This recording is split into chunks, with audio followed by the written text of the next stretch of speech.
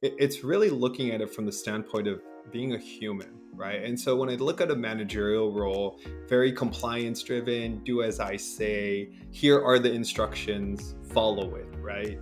But then the 1, 2, 3% that we talk about is like just putting a little slap of humanity on top of it, right? So something as simple as, hey, I appreciate the work that you did. I can tell the effort that you put in. Doesn't take a lot, right? But what does it do? A, it acknowledges them, it respects their value, it shows them, hey, you can do it, and you're part of this team, you're additive to that standpoint. So when I think of that small incremental difference from a leadership standpoint, it doesn't take a lot. But I think what it does is that it has compounding effects. Hello and welcome to the Leadership Launchpad, where we help technical managers improve themselves, their teams, and their organizations. On this show, I talk with industry leaders, coaches, authors, and experts to give you actionable insights to help improve your own performance and the performance of those around you. Our guest today is Rafael Villaruz.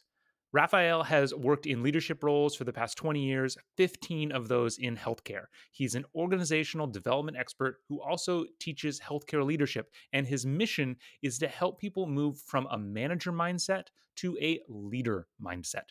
In today's discussion, you can expect to learn the difference between being a manager and a leader, what the Peter Principle looks like in healthcare, how small differences can make all the difference as a manager, and why, if you want to be a successful leader, you need to stop doing. Now, before we get into that conversation, I do want to remind you that if this is your first time watching or listening to the show, make sure you subscribe so you never miss a future episode. And if you're already subscribed, then I ask that you would share this show with at least one other person. That, after all, is how we grow. I can't tell you how much it means to me. So with that, let's get into the discussion with Rafael Villaruz. Rafael, welcome to the Leadership Launchpad. How are you doing today, my friend? I'm doing well, thanks, Matt. Happy to be here, sun shining, can't complain whatsoever.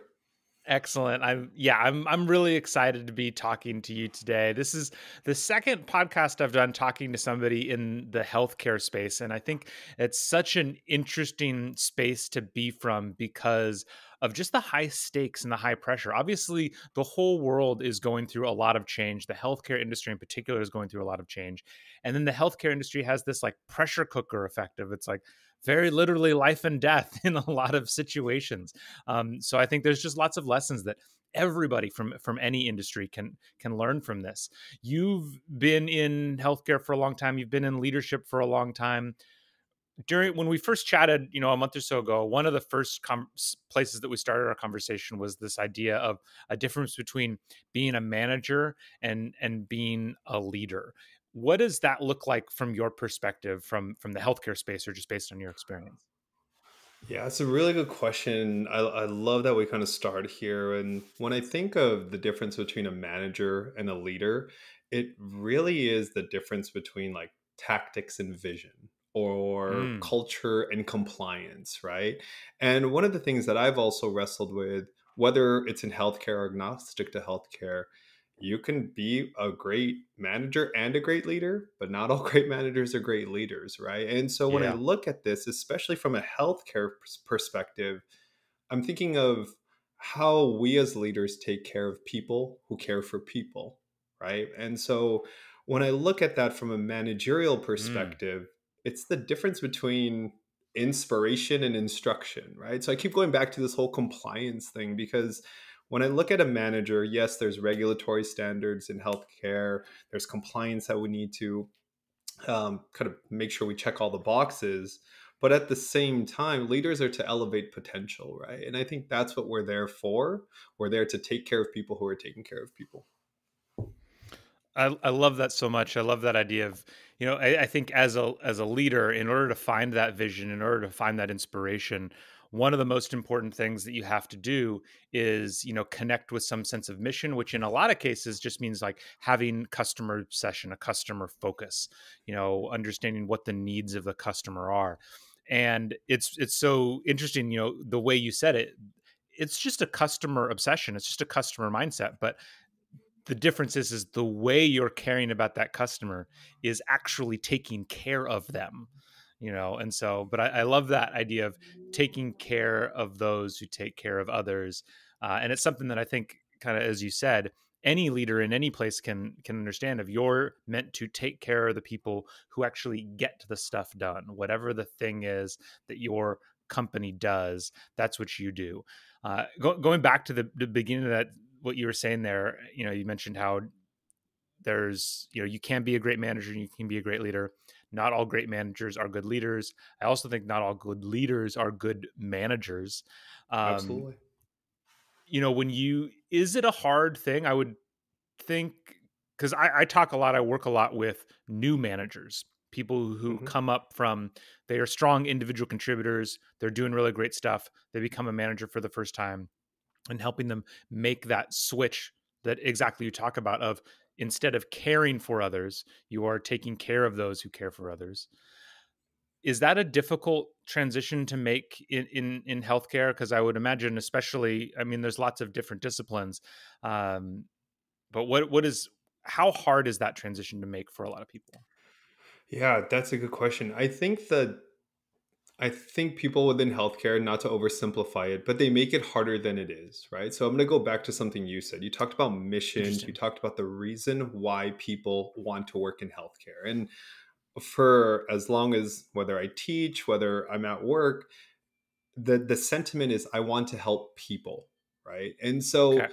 the foundation is there, but again, you're helping people in a very different way. And I think that's where the struggle is when you go from an individual Mm, contributor to a managerial or leadership role, is you're still taking care of people, but your glass is changed. And some people aren't hmm. always like accustomed to when those glasses do change, because yeah, you can be working with someone on the bedside or rooming a patient. That's still the same thing that I'm doing as a leader. It's just it doesn't look the same.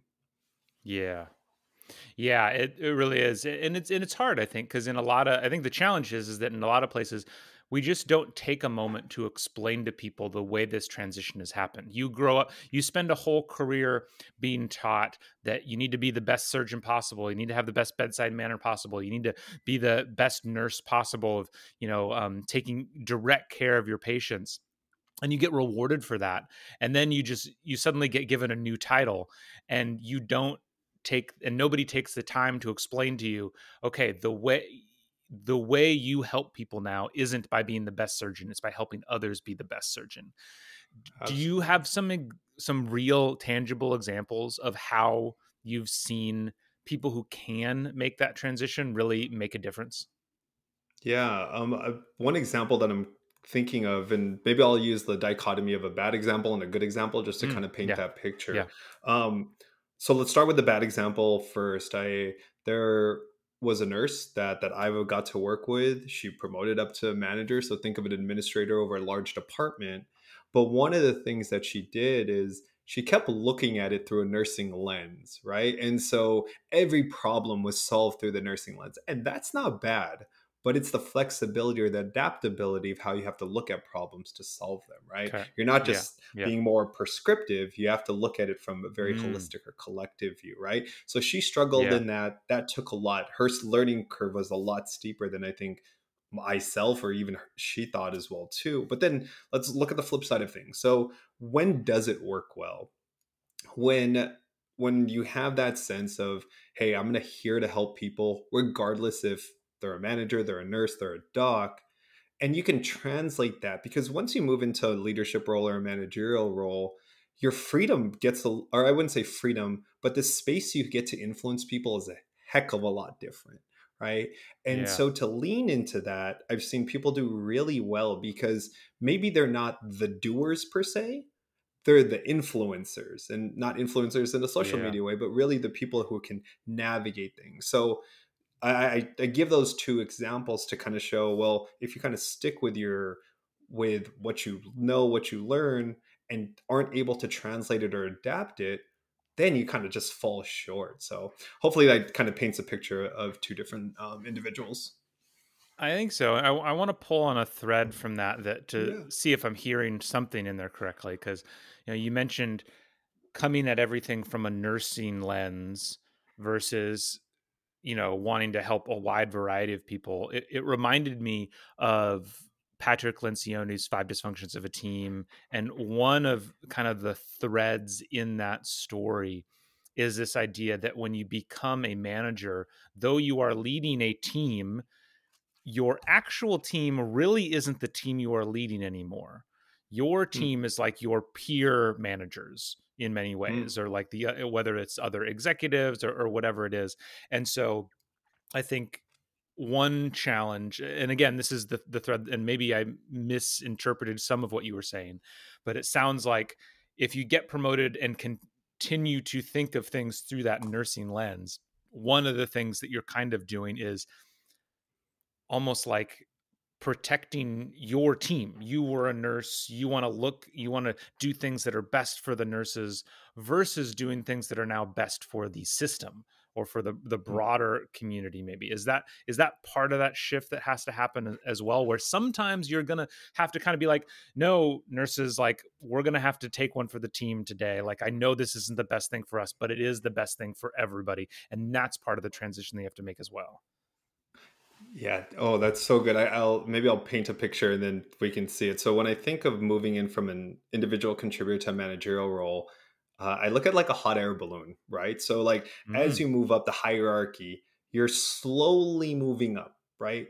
And one of the things that you just mentioned, if you're slowly moving up, but you're trying to solve everything from kind of that technical lens, yeah. then you miss that opportunity, right? You miss the Mm, influence, you miss the systematic view, you miss you're in the weeds instead of the forest kind of thing, right? yeah. And Yeah. when you talk about it from even Lencioni, which is really funny, I actually just spoke to somebody about this, that whole first team mentality, right? Um, I've always thought that you're the person and you make the teams that you're in. So you're the person that can bring that to a group, whether that's your peers, Mm, whether that's your directs, mm, whether that's yeah. your leaders.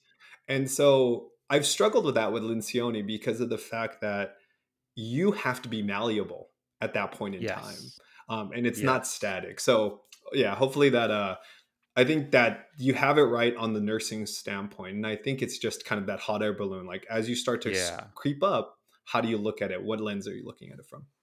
Yeah. And what I hear that at the end also is that idea, that difference between manager versus leader, where when you are a leader, you are malleable. You're making teams wherever you go because that's what you do, versus I'm the manager of this team. And this is Correct. this is where I'm at. That makes a lot of Correct. sense. Awesome. One of the other interesting things that came out of our last conversation was the idea of how much of a difference small differences can make. It's like the difference between being a 80% manager and an 82% manager isn't 2%, it's 20%, or it's like Mm. it's make these really big changes. It actually reminded me, some people might maybe watching this on YouTube. I remember watching a video of Mr. Beast talking about just how important view duration and just quality of videos are, and how all there's outsized rewards for excellence, and that if you make a video 5% better, you get 50% more views. And I know you're the one who kind of brought this up in our last conversation. I'd love to hear if there are specific examples of these small shifts making a big difference. Yeah, and I love that you mentioned Mr. Beast because I think he's super smart when he looks at it from like an Yeah. exponential viewership or Yeah. whatever it may be. But when I think of, I'm going to go back to what I said earlier and then kind of link it. In healthcare, we're leaders taking care of people who take care of people, right? And Yeah. so when I think of that 2%, 5%, whatever arbitrary number that we want to put Sure. in, it's really looking at it from the standpoint of being a human, right? And so when I look at a managerial role, very compliance driven, do as I say, here are the instructions, follow it, right? But then the 1, 2, 3% that we talk about is like just putting a little slap of humanity on top of it, right? So something as simple as, Interesting. hey, I appreciate the work that you did. I can tell the effort that you put in. Doesn't take a lot, right? But what does it Yeah. do? A, it acknowledges them, it respects their value, it shows them, hey, you can do it, and you're part of this team. You're additive to that standpoint. So when I think of that small incremental um, that small incremental difference from a leadership standpoint, it doesn't take a lot, but I think what Yeah. it does is that it has compounding effects, right? And so Yeah. what I look at it is, hey, maybe I say something great one time, maybe I pat them on the back the next time. The next time when something needs to be constructed or feedback is given, then it's so much easier because that trust is there. So going back to Lencioni, right? Like Lencioni is the Yeah. foundation of trust. All about trust. Those are little deposits into that trust. So I think of Yeah. it from the standpoint of A, being a human, but also B, like I'm very big on giving flowers, giving recognition, giving praise on effort, right? Like outcome, Mm. sometimes we can't control that, but you can control your effort. So I'm going to make sure that I acknowledge that every step of the way.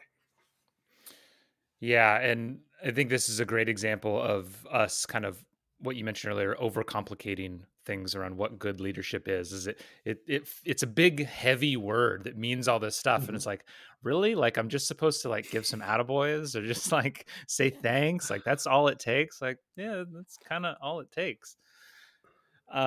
I wanted to, in some ways, play devil's advocate to what you just said, or at least like imagine what I'm sure some pushback that you get on this stuff, because at least Mhm. from what I understand of the medical world, med school growing up, it's not easy. It's a lot, I went through pilot training. Pilot training is Mhm. supposed to be hard. It's supposed to be people yelling at you for some reason. I don't know why, but there's a lot of meanness a lot of times. Do you and so when I talk to people, and I've seen this with engineers as well, when you say, hey, it's about building trust, it's about welcoming people, it's about giving flowers, giving acknowledgement, there's a lot of this like I didn't get that when I Mhm. was that's stupid, like what are you talking about? How do you one, I guess, do you ever get that kind of pushback, and then if you do, how do you answer it? Yeah, pushback for sure, 100%. Yes, because Okay, yeah, it's incongruent, right? And I think that yeah, sometimes, at least in my experience, a lot of what I've tried to deal with, you can push back all you want, but you're a human at the end of the day. And so when I think yeah. about that commonality, that connection, even though that person's pushing back, they still want it. They just don't know how to say it, right? Or maybe they've never Mm, experienced it in that sense, right? And so when I look at the pushback, I would say two things. A, it's a challenge to figure out where can you find that commonality, but also yeah. two, it's to understand what is the lens that they're looking at it, right? I get this all the time. We've tried this before, didn't work in the past, right? I just told this to somebody the other day when they said, hey, it didn't work in the past. I was like, it's all timing, right? Like Tesla may Mm, not have been great 15 years prior, right? But they're great yeah, because of all timing. And so when I yeah. think of change, when I think of leadership, I think it's also timing. Timing from when that person is open to you as a leader. But it's up to you as a Mm, leader to persevere and make sure that you can figure out what that commonality is. Is it hard? Absolutely. mm. I think it's patience and time. But once you break that open, like we said, that trust is just abundant, and then you can build from there. Yeah, that makes sense. So you're saying you've received pushback where I'm guessing you're talking to a leader who's Mhm. working with a team or dealing with an individual, and you're saying, "Hey, why don't you try to do this kind of stuff?" And their response is just like, "Ah, we tried to do that before." And yeah, you're right. It is all about timing. There's all kinds of different reasons why something may or may not work at any given moment, and we all need to be Mm. prepared to you know that and I think that persistence is a big part of building trust as well. You're showing Mhm. that you as a leader um are dependable, on that this is how you act, this is how you behave, this is how you're going to be doing things. Do you ever get pushback though also from this in from more of the idea of, no, it needs to be hard, or like Mm. or like we're making people soft or something like that? Yeah, I want to mention one thing, and then I'll mention the whole Okay. soft thing as well too. Um, I think from a healthcare standpoint, and I'm just looking at this industry specifically, you have to understand what is driving physicians, nurses, etc., right? Mm-hmm. They're there to help Mm-hmm. people. But I Mm-hmm. remember learning this in one of my first healthcare jobs. I was working with a surgeon and I was going through a ton of technical stuff. And he's like, I just care about the quality. And I was like, okay, so you care about how the patient is getting out of the operating room. That's all you care about, right? So Mm-hmm. Mm-hmm. taking that and plugging it into Mm. every single situation I'm in, I'm communicating that way now, right? If I'm with a Yeah. physician, I'm getting pushback. You know what? I get it. I understand it didn't work in the past, but why didn't it work? Let's get down to the quality of it. So, again, root cause, you're kind of pulling back the layers. So, I just Yeah. wanted to mention to that. And then I think from the soft standpoint, when I do get that, yes, I have my eyes rolling in the back of my head, but at the same time, I always look at it from, again, the people taking care of people, right? And Yeah. so I know I've said this to some of my leaders in the past. It's like, hey, if you want me to be hard on this person, they're going to be hard on our patient. And then the patient's going to complain, and then it's still going to come back to Mm. me, right?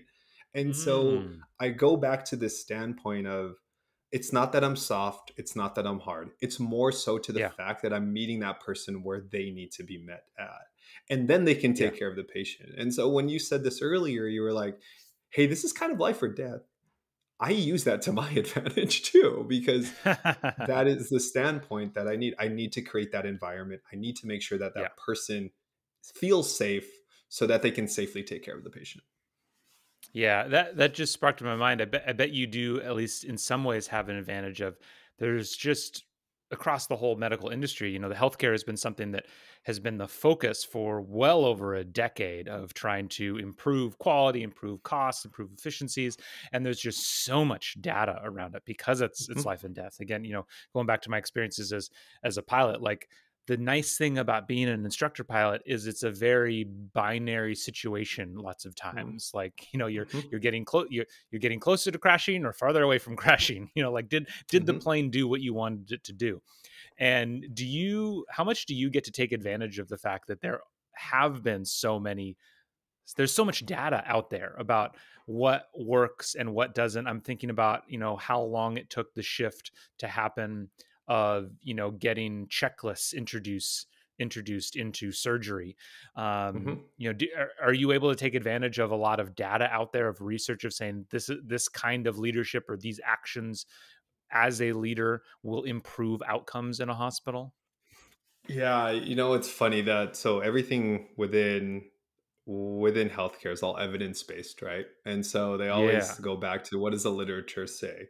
And fortunately, I'm an education practitioner, and so I use that to Yeah. my flavor as well too, right? And so when I go to them and I say, "Hey, I want to start talking about trust," I get the eye rolls or like, "What are you doing, Raf? Like, why are you starting here?" And I pull back everything. I'm like, "Well, Yeah. this is what the literature says. This is what it is, etc." And I do that in the sense because I know my audience, right? And so that's important as well too from a leadership standpoint. But I want to mention something that you said about the binary standpoint of being in as a pilot. I also think that the diagnostic mindset of a physician and a nurse sometimes leads to data fatigue. And so what I'm saying about that is Interesting. I'll throw a ton of data and it's enough data to Yeah. act, but then I'm asked to, well, can we do more? Can we do more? Can we do more? Right. And Ah, what are my physicians doing? They're ruling everything out, right? It's not this, it's not this, it's not this.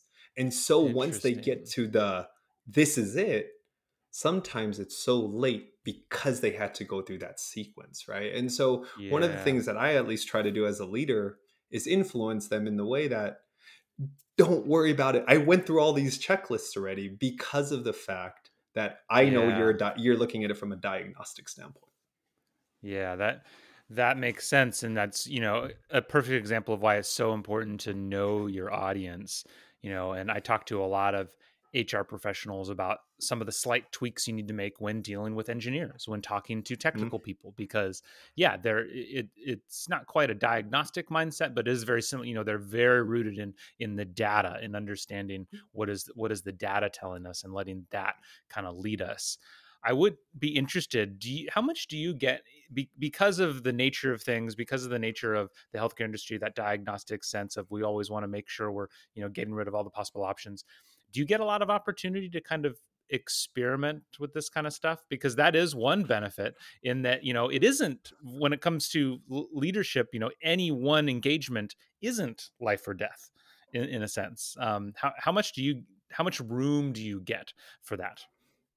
Yeah, it's a good question. In my current role, so I get to work in what we call health innovation. So think of innovation in the standpoint of how you as a patient receive care. And I'm fortunate right now to be in a team that focuses all on testing.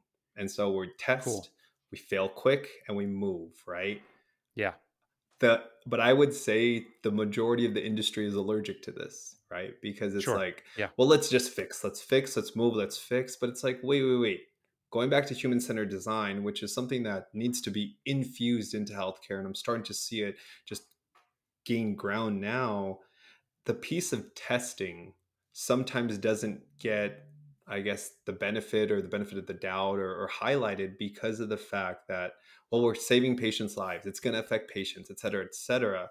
But Yeah. let's re-engineer it, right? So from a human-centered design point, our patients are telling us what they need to happen. Our physicians are saying what they're struggling with. So if we know those two pieces and we build from there, it's a lot different than just seeing a problem and just slapping a band-aid on it. So I'm fortunate in my position that I'm able to do it. However, I would say the industry at large sometimes has a challenge with it because they focus on the outcome, right? And they want an Yeah. immediate outcome. But Yeah. sometimes, this change takes a while. So I Yeah. would say right now I'm in a good position to do it. At the same time, that's not without struggles and trying to influence people who want it done faster. Yeah. Yeah. Well, we've talked about a lot of different principles, a lot of different pieces of the healthcare industry, a lot of different parts of your role. I'd love to kind of like bring it together because as to finish out with maybe some practical things that people can walk away with. Mhm. Because as you said, you just said, you're in a space that's very innovative focused. You're testing, you're trying out a lot of new things. You're working with lots of people in a high stakes situation where you're trying to figure out how people can be better leaders in order to influence positive outcomes for customers. What are some of the things that you have seen working? These are highly technical people, highly technical fields.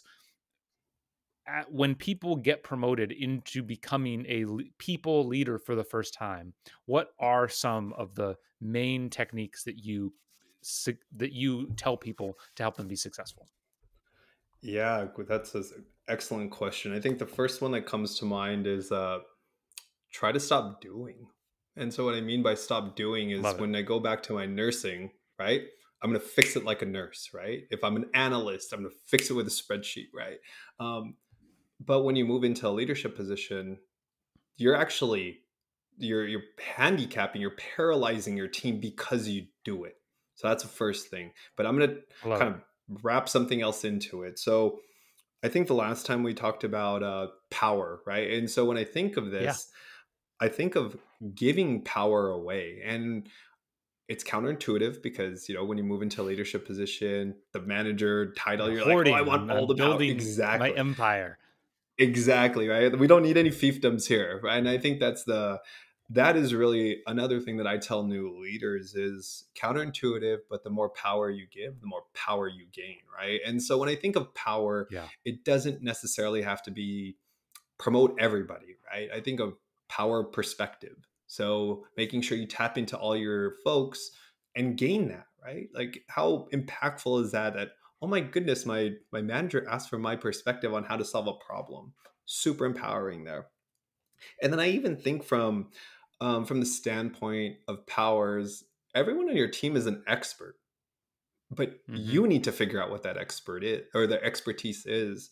And Mhm. so when I Mhm. look at practical tips, that in and of itself, number one, stop doing. Like that is Mhm. really, really hard, but it's also giving power to your team and then also to tapping into their power, not power in the work that they do, but the Mhm. perspective that they look at, whatever their expertise is. And then from there, Mhm. going back to what we talked about, you're forming all that trust. And once you have all Mhm. that trust, your team is Mm-hmm. solid. So that would be one Yeah. practical tip that I tell new leaders. I love that. And it's kind of like, it's almost like a 3-point process, where it's like, first, it's just like, okay, do it realize that it's not your responsibility to get everything done now. So that means, but stuff still has to get done. So you have to let the people on your team do it.